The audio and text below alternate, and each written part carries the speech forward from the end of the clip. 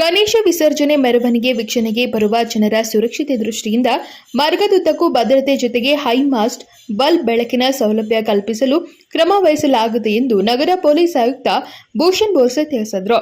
ಬುಧವಾರ ಬೆಳಗಾವಿಯಲ್ಲಿ ಸುದ್ದಿಗಾರರೊಂದಿಗೆ ಮಾತನಾಡಿದ ಅವರು, ಈ ಬಾರಿ ಗಣೇಶ ವಿಸರ್ಜನೆ ಮೆರವಣಿಗೆಗೆ ನಿಗದಿತ ಸಮಯದಲ್ಲಿ ಮುಗಿಸಲು ಮತ್ತು ಡಿಜೆ ಸೌಂಡ್ ಸಿಸ್ಟಮ್ ಬಳಕೆ ಮಾಡದಂತೆ ಎಲ್ಲಾ ಗಣೇಶೋತ್ಸವ ಮಂಡಳಗಳಿಗೆ ಮನವರಿಕೆ ಮಾಡಿಕೊಡಲಾಗಿದೆ ಎಂದರು.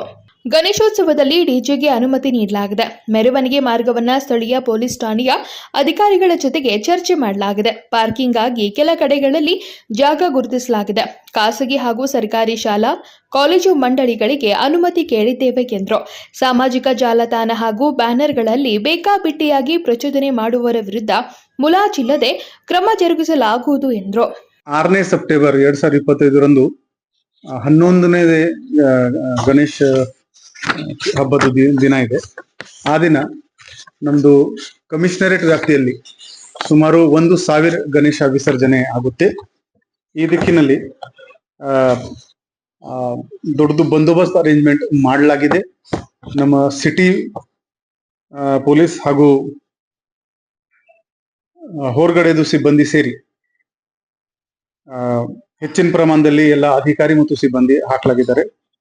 ಈ ಬಂದೋಬಸ್ತ್ ಉಸ್ತುವಾರಿ IG KSRP ಶ್ರೀ ಸಂದೀಪ್ ಸೂಪರ್ವಿಷನ್ಗೋಸ್ಕರ ಅವರು ಇವತ್ತು ಬೆಳಗಾವಿಗೆ ಬಂದಿದ್ದಾರೆ. ಅವರು ಕೂಡ ನಮಗೆ ಮಾರ್ಗದರ್ಶನ ನೀಡ್ತಾರೆ.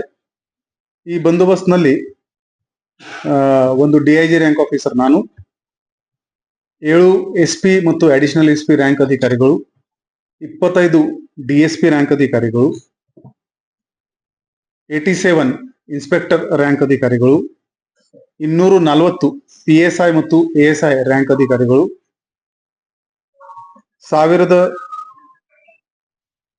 1947 ಕಾನ್ಸ್ಟೇಬಲ್ ಮತ್ತು head constable, 410 home guards, 1 rapid action force company, 10 KSRP ಪ್ಲಾಟೂನ್ಸ್ ಮತ್ತು 9 CAR ಪಾರ್ಟಿ.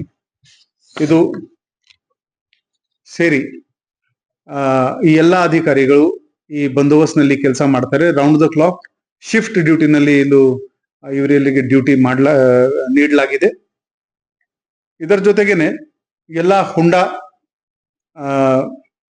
ನಾವು ಕಾರ್ಪೊರೇಷನ್ ಅಧಿಕಾರಿಗಳ ಜೊತೆಗೆ ಪರಿಶೀಲನೆ ಮಾಡಿದ್ದೀವಿ. ಅಲ್ಲಿ ಎಲೆಕ್ಟ್ರಿಸಿಟಿ ಆಗ್ಲಿ, ಲೈಟಿಂಗ್ ಆಗ್ಲಿ, ಅಲ್ಲಿ ಕ್ಲೀನಿಂಗ್ ಆಗ್ಲಿ, ಅದು ಎಲ್ಲರದ್ದು ಪರಿಶೀಲನೆ ಮಾಡಲಾಗಿದೆ. ಸೇಫ್ಟಿಗೋಸ್ಕರ ಪ್ರತಿಯೊಂದು ಹೊಂಡದಲ್ಲಿ, ಪ್ರತಿಯೊಂದು ಇಮರ್ಷನ್ ಜಾಗೆಯಲ್ಲಿ ಕನಿಷ್ಠವಾದ ಒಂದು ಲೈಫ್ ಜಾಕೆಟ್ ಮತ್ತು ಒಂದು ಲೈಫ್ ಬಾಯ್ ಅದು ಕೂಡ ಹಗ್ಗ ಜೊತೆಗೆ ಕಟ್ಕೊಂಡು ನಾವು ಇಟ್ಟಿದ್ದೀವಿ. ಬೈ ಎನಿ ಚಾನ್ಸ್ ಯಾವುದು ಆಕ್ಸಿಡೆಂಟ್ಲಿ ಡ್ರೌನಿಂಗ್ ಆಗ್ತಾ ಇದ್ರೆ ಅವರಿಗೆ ಬಚಾವ್ ಮಾಡಕ್ಕೆ ನಮ್ಮ ಸಿಬ್ಬಂದಿ ಅಲ್ಲಿ ಸಿದ್ಧ ಇದ್ದಾರೆ. ಈ ಹಬ್ಬ ವಿಚಾರದಲ್ಲಿ ಎಲ್ಲ ಗಣೇಶ್ ಮಂಡಳ ಜೊತೆಗೆ ಸಾಕಷ್ಟು ಸಲ ಮೀಟಿಂಗ್ ಮಾಡಲಾಗಿದೆ. ಪೀಸ್ ಕಮಿಟಿ ಮೀಟಿಂಗ್ ಕೂಡ ಪೂರ್ತಿ ನಗರ ವ್ಯಾಪ್ತಿನಲ್ಲಿ ಮಾಡಲಾಗಿದೆ.